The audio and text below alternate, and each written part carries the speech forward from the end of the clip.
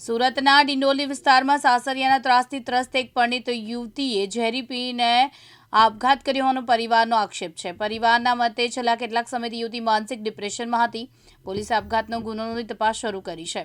ડિંડોલી વિસ્તારમાં એક પરિણીત યુવતીએ આપઘાત કર્યાની ઘટના બહાર આવી છે। યુવતીના પરિવારજનોએ આક્ષેપ કર્યો કે સાસરિયાના ત્રાસના કારણે તેને ઝેર પીને આપઘાત કર્યો છે। પીડિત યુવતીના પરિવારજનો દ્વારા દાવો કરવામાં આવ્યો છે કે છેલ્લા કેટલાક સમયથી તેની દીકરી માનસિક રીતે ડિપ્રેશનમાં હતી।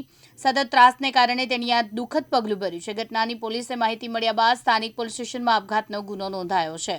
એના સાસરિયા લોકોએ ત્રાસ આપે છે ને એ લોકોએ જ કંઈક કરેલું છે, એમને જ દવા પીવડાવીને એમને જ બધું કામ કરેલું છે। શા માટે ત્રાસ આપતા હતા આપને એવું લાગે છે? બહુ ત્રાસ આપેલો, મારઝૂર, મારા જમાઈ બી મારઝૂર કરતા હતા। એમની ઈચ્છા નથી રાખવાની તો મોકલી દે। 2 વર્ષ સુધી એ અલગ રહેતી હતી તો બી ધમકી આપે, જો તું નહીં આવે તો તને ને તારા ભાઈને બંનેને મારી, મતલબ કે મમ્મીને ને તારા ભાઈને મારી કાઢશું, એ બધી ધમકી આલતા હતો। અને એમ કે તારે મારા ઘરે જ રહેવાનું છે, નોકરાણી તરીકે રહેવાનું છે, કામ કરવાનું છે। એ લોકો એટલું બધું ખાવાનું બનાવે, મારી છોકરીને મરચું રોટલી ખાવાલી છે, એ બધી મને વાત કરી છે। તો બી મેં કહ્યું કે તું આવી જા, કે ના મમ્મી કે હું આવી જઈશ તો એ લોકો તમને મારી કાઢશે। મારો જમાઈ મારી છોકરીને એમ કહે છે કે મમ્મી હું આવીશ તો એ લોકો તમને મારી કાઢશે। મને વિશ્વાસ નહીં આવતો, મને એ લોકો બહુ હેરાન કરે છે। મારી છોકરી ખુદ મને કહેતી હતી, એને કહ્યું મમ્મી મને હેરાન કરે છે, દિવાળી પછી મમ્મી એમ કહો મેં અલગ થઈ જવાની છું। ત્યાં સુધી વાત કરી, પછી ખબર નહીં આ લોકોએ અચાનક એ દિવસે 9:15 વાગે મારી વાત થઈ છે। 9 સવા 9ની વચ્ચે વાત થઈ કે બેટા તું શું કરે છે? કે હા મમ્મી હું બેઠેલી છું અને મેં જમી લીધું છે, તમે જમ્યું? મેં કીધું હા જમ્યું। કે મમ્મી તમારે શાંતિ છે? મેં કીધું હા શાંતિ છે। 9:15 વચ્ચે મેં વાત કરી છે તો એને કંઈ બહાર જવાનું હોય, મારો જમાઈ એમ કે છે કે મંદિર ગઈ, એટલી કે મારો બર્થડે છે તો એ મંદિર ગઈ, તો એનો બર્થડે હતો તો એને સાથે જવું પડે કે નહીં? એકલીને રાતે ઘરની બહાર જવા દેવાય?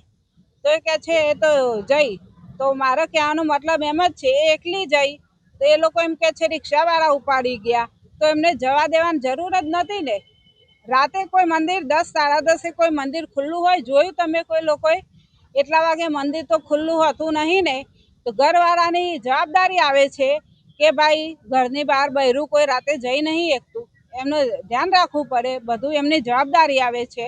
તો એ લોકો એમ કહે છે રિક્ષાવાળા ઉઠાવી ગયા, બલાત્કાર કર્યો, તો સુધી કહે છે બલાત્કાર કરીને પુલ ઉપર ફેંકી દીધી। આટલા સુરતમાં આખી રાત પબ્લિક રહે છે, કોક તો જોનાર મરે કે નહીં મરે, તો એ લોકો એમ કહે છે કે ફેંકી દીધી બધું વાત, પણ એ ઘરની બહાર નીકળી એને તો ખબર હતી ને, તો એમને ધ્યાન આપવું પડે। રાતે લગભગ 1 વાગે ફોન આવ્યો, એ મારા જમાઈનો ફોન આવ્યો મારી ઉપર, કેમ કે પૂજા છે મંદિરે જતી હતી અને રિક્ષામાંથી કોઈ 3 જણા હતા તો મોબાઈલ બી છીનવી લીધો ને એને ધક્કો મારીને રિક્ષામાંથી પાડી દીધી, કંઈ પીવડાવી દીધું અને પાડી દીધી। તો મેં કીધું હા તમને કેવી રીતે ખબર પડી? એટલે એમ કહો ત્યાં ભાન હતું તો કોઈ રિક્ષાવાળાએ ફોન કર્યો છે એમ્બ્યુલન્સને, 108 આવી અને એ લોકોએ ફોન કર્યો મને, તો મેં કીધું ફોન કર્યો તો તમારા લોકો એને પ્રાઇવેટમાં લઈ જવાની જરૂર હતી, સિવિલમાં નહીં લઈ જવાય ને। હા રિક્ષામાંથી પડી ગઈ હોય તો શરીર ઉપર, ચહેરા ઉપર કંઈ નિશાન તો જોવા મળે કે નહીં?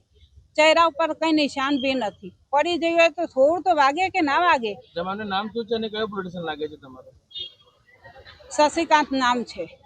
આપણે પોલીસ ફરિયાદ કરી છે કે નહીં હાલ? હાલ નથી કરી, પણ મારે પોલીસ ફરિયાદ કરવાની છે। આરોપીને એ એમનું ગામ ડિંડોલી છે તો ત્યાં ફરિયાદ કરવાની છે। તમારી માંગ શું છે હવે? મારી માંગ એમ જ છે કે આરોપીને સખતમાં સખત સજા થવી જોઈએ। મારી બેકસૂર છોકરીને મારી કાઢી તો એને સજા થવી જોઈએ। મારો કોઈ આધાર, મારી છોકરી ને મારો છોકરો, એ લોકોને સજા થવી જ જોઈએ। પહેલાંથી ત્રાસ આપે, મેં ના પાડી, ના બેટા તું ના જાય, કહેશે ના મમ્મી એ મારી કાઢશે, તમને લોકોને મારી કાઢશે। બહુ સમજાય કે ના આપણી આગળ પાછળ બધા છે, તો કે ના મમ્મી એ ગામ આવશે અને ગામ તમને ધમકાવશે અને મારી કાઢશે, એટલી બધી એ ધમકી આલતો હતો। યાસીન દારા, દિવ્યાંગ ન્યૂઝ, સુરત।